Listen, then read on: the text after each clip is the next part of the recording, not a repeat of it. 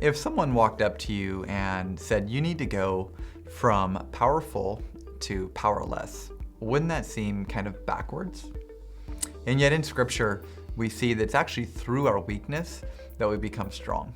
And I think a scripture that just nails this concept on the head is 2 Corinthians chapter 12, verses 7 through 10. And here's how they read. To keep me from being conceited, because of these surpassingly great revelations, there was given to me a thorn in the flesh, a messenger from Satan, to torment me. 3 times I pleaded with the Lord to take it away from me. But he said to me, my grace is sufficient for you, for my power is made perfect in weakness. Therefore, I will boast all the more gladly about my weaknesses, so that Christ's power may rest upon me. That is why, for Christ's sake, I delight in weaknesses, in insults, in hardships, in persecutions and difficulties. For when I am weak, then I am strong. Paul had received visions, revelations from God, dreams, and ultimately he was instrumental in building the early church.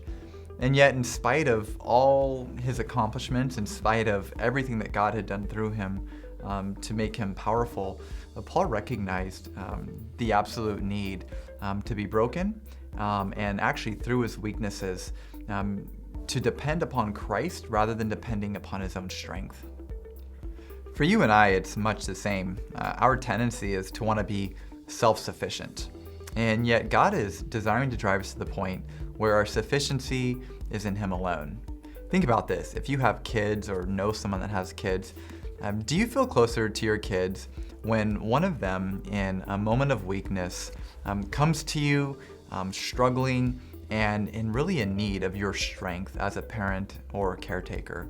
Or do you feel closer to your kid when they act as if they have it all together, have the world figured out, and really don't need your help?